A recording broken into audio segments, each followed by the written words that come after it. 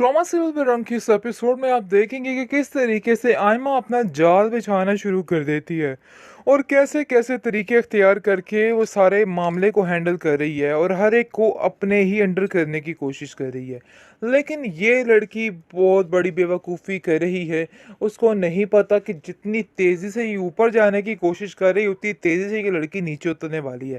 खैर फिलहाल इसको इस बातों की समझ नहीं आ रही और वो समझ रही है कि वो बहुत ही लकी है जो ये सब कुछ हो रहा है। खैर आप देखेंगे कि एमल की ज़ुबान भी आगे आ चुकी, क्योंकि एमल भी बोलने में कुछ कम नहीं है और सबसे 10 हाथ आगे है। इतनी लंबी और इतनी लंबी ज़ुबान वाली लड़की वाक़ई ही में उसके साथ ऐसा होना चाहिए था। जो लड़की अपनी बहन की सगी नहीं हो सकती आखिर वो किसी की क्या हो सकती है। यानी कि जो नाज़ रखने उसे उठवाने थे वो उठवा लिए, बाकी सारा काम ख़त्म हो गया। लेकिन अब देखिए कि किस तरीके से आयमा उस घर में अपनी जगह बनाने की कोशिश कर रही है और इस चीज़ में काफ़ी हद तक कामयाब हो रही है। लेकिन ये बातें एमल को समझ नहीं आई थी और एमल को इस चीज़ के ताने मिल रहे हैं और जगह जगह बात सुनने की, यानी कि बातें मिल रही हैं सुनने के लिए कि उस लड़की ने ये सब कुछ किया था। लेकिन हम देखेंगे दुर्दाना आयमा के कानों में भर भर के ये बातें डाली कि तुम्हें बड़ी चालाकी और बड़ी होशियारी के साथ इन सारी चीज़ों को हैंडल करना है। देखो ये तुम्हारा अपना फ़ायदा है और मैं तुम्हें बस यही बताना चाहती हूँ कि इन सब कामों में तुम्हारा अपना ही फ़ायदा है, किसी का कोई भी फ़ायदा नहीं है। इसलिए इन सब बातों से फ़ायदा उठाने की कोशिश करो और ये सारी बातों को इग्नोर कर दो। लेकिन वो कहती है कि मैं आपको एक सही बात बताऊँ कि मैं जो कर रही हूँ वो मेरा दिल नहीं है। वो एमल ही थी जो ऐसे इंसान को बर्दाश्त कर रही थी। ख़ैर मुझे तो बिल्कुल भी बहुत ही अजीब लगता है ये सब कुछ। इस पर उसकी माँ उसको कहती है तुम्हारा दिमाग ख़राब हो चुका है। तुम्हें समझ नहीं आ रही कि तुम क्या बोल रही है। अपने दिमाग को थोड़ा दुरुस्त करो। देखो ये जो कुछ बातें हैं ये सारी पुरानी बातें थी, लेकिन अपने आप को सही तरीके से करने की कोशिश करो। जब तक तुम्हारे हाथ में कुछ नहीं होता तब तक तुम ऐसे कुछ भी नहीं बोल सकती और तुम्हें इन सब चीज़ों का कोई भी हक नहीं बनता। जान छोड़ दीजिए। दूसरी तरफ आयमा के माँ-बाप, एमल के माँ-बाप काफ़ी ज़्यादा खुश हैं और कहते हैं कि हमें बहुत खुशी हुई कि तुमने ये काम सर अंजाम दे दिया और हमारी इज़्ज़त रख ली, क्योंकि हमें तो डर था कि ऐसा ना हो कि तुम दुर्दाना बेगम के कहने पे लग के अपनी सारी ज़िंदगी तबाह कर लो और हमारी एनी को छोड़ दो, जैसा कि तुम्हारे भाई शहरयार ने किया है।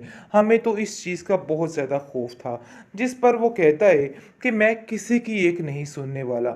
मैं सबसे लड़कर इस बात को बताना चाहता हूँ कि वो सब गलत हैं और मेरा फैसला बिल्कुल दुरुस्त है। और वाकई में फ़ान ने ये सारी बातें साबित कर दी हैं और ऐसा ही हो रहा है। घर का माहौल काफ़ी ज़्यादा ख़राब है। हर कोई रूठा रूठा नज़र आ रहा है, लेकिन फिर भी इस बात की तसल्ली है अफ़ान को कि उसने बहुत ही बड़ा और अच्छा काम किया है और उसे किसी चीज़ की कोई ज़रूरत नहीं है, क्योंकि उसकी माँ लालची औरत बार बार इस बात को लेकर कर रही है कि तुम्हें अब कुछ भी नहीं मिलने वाला। ये बात अपने जहन में बिठा के रखना। अब हर चीज़ से आग समझो। लेकिन वो किसी बात से नहीं डरा और कहता है कि मुझे आप शहरयार मत समझिएगा। मेरे में और उसमें बहुत सारा फ़र्क है। काश आपको इस चीज़ का अंदाज़ा हो जाए, लेकिन मुझे नहीं लगता कि आप इन बातों को समझेंगी। बल्कि मज़ीद आपका तो ऐसे लग रहा है कि जैसे दिमाग चलता जा रहा है। अपने आप को दुरुस्त कर लें तो बेहतर है, क्योंकि ऐसे करना आपकी ज़िंदगी के लिए तबाही की तरफ लेता जाएगा। और ख़ास तौर पर आपकी बहन जो आपको ज़लील कर रही है, आपको इस चीज़ का अंदाज़ा नहीं हो रहा कि वो आप लोगों में क्या करना चाह रही है। जब आपकी आंखें खुलेंगी तो फिर जाकर आपको आइडिया होगा कि आपने ये क्या कर दिया और सारी ज़िंदगी किस तरीके से आप इतने बड़े धोखे में रही। आपको ऐसा हरगिज़ नहीं करना चाहिए। अपने आप को बदल डालें। आखिरकार आप देख रहे हैं कि अफ़ान ने इस बात को साबित कर डाला है कि वाकई में वो एनी से बहुत ज़्यादा प्यार करता है और ये जो सारी तदबीरें मिल रही हैं सब कुछ हो रहा है, सब कुछ गलत है, सब कुछ फ़रेब है। इन लोगों की एक भी नहीं सुनने वाली।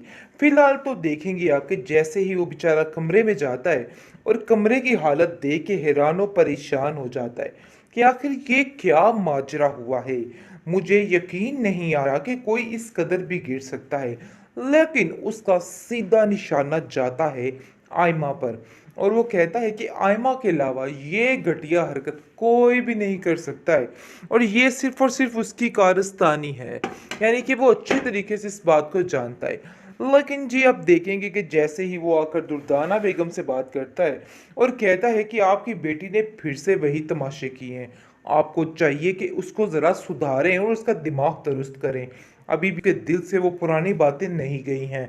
मुझे तो लगता है कि अभी भी दाल में कुछ काला है। जिस पर आप देखेंगे कि उल्टा उसको ज़लील कर देती है और कहती है कि तुम लोग तो चाहते ही ये हो कि मैं और मेरी बेटी इस घर से निकल जाए।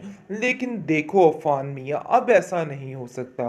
पहले की बात और थी, अब की बात और है, और अब तुम्हें इन बातों को समझना होगा। और ये बातें समझना अब तुम्हारे लिए बहुत ज़रूरी हो चुका है। मेरी आयमा को हर बार अंदर घसीटना बंद कर दो, क्योंकि मज़ीद मैं इस तरह की बातें बर्दाश्त नहीं करने वाली। मैंने आप लोगों की बहुत की और बहुत सुनी है। मज़ीद कोई भी बात मैं इस तरह की बर्दाश्त नहीं करूँगी। आगे से आप देखेंगे कि आयमा कहती है कि आप लोगों को तो आदत हो चुकी है मुझे जगह जगह जलील करने की। समझ ही नहीं आती कि आप लोग आखिर चाहते क्या हो। कब तक मुझे सुकून से ऐसे जीने नहीं देंगे आप लोग। खुदारा मेरी जान छोड़ दीजिए। दूसरी तरफ आयमा के माँ बाप, एमल के माँ बाप काफ़ी ज़्यादा खुश हैं और कहते हैं कि हमें बहुत खुशी हुई कि तुमने ये काम सर अंजाम दे दिया और हमारी इज्जत रख ली, क्योंकि हमें तो डर था कि ऐसा ना हो कि तुम दुर्दाना बेगम के कहने पे लग के अपनी सारी ज़िंदगी तबाह कर लो और हमारी ऐनी को छोड़ दो, जैसा कि तुम्हारे भाई शहरयार ने किया है। हमें तो इस चीज़ का बहुत ज़्यादा खौफ था। जिस पर वो कहता है कि मैं किसी की एक नहीं सुनने वाला। मैं सबसे लड़कर इस बात को बताना चाहता हूँ कि वो सब गलत हैं और मेरा फैसला बिल्कुल दुरुस्त है। और वाकई में फ़ान ने ये सारी बातें साबित कर दी हैं और ऐसा ही हो रहा है। घर का माहौल काफ़ी ज़्यादा ख़राब है। हर कोई रूठा रूठा नज़र आ रहा है, लेकिन फिर भी इस बात की तसल्ली है अफ़ान को कि उसने बहुत ही बड़ा और अच्छा काम किया है और उसे किसी चीज़ की कोई ज़रूरत नहीं है, क्योंकि उसकी माँ लालची औरत बार बार इस बात को लेकर कर रही है कि तुम्हें अब कुछ भी नहीं मिलने वाला। ये बात अपने जहन में बिठा के रखना। अब हर चीज़ से आग समझो। लेकिन वो किसी बात से नहीं डरा और कहता है कि मुझे आप शहरयार मत समझिएगा। मेरे में और उसमें बहुत सारा फ़र्क है। काश आपको इस चीज़ का अंदाज़ा हो जाए, लेकिन मुझे नहीं लगता कि आप इन बातों को समझेंगी। बल्कि मज़ीद आपका तो ऐसे लग रहा है कि जैसे दिमाग चलता जा रहा है। अपने आप को दुरुस्त कर लें तो बेहतर है, क्योंकि ऐसे करना आपकी ज़िंदगी के लिए तबाही की तरफ लेता जाएगा। और ख़ास तौर पर आपकी बहन जो आपको ज़लील कर रही है, आपको इस चीज़ का अंदाज़ा नहीं हो रहा कि वो आप लोगों में क्या करना चाह रही है। जब आपकी आंखें खुलेंगी तो फिर जाकर आपको आइडिया होगा कि आपने ये क्या कर दिया और सारी ज़िंदगी किस तरीके से आप इतने बड़े धोखे में रही। आपको ऐसा हरगिज़ नहीं करना चाहिए। अपने आप को बदल डालें।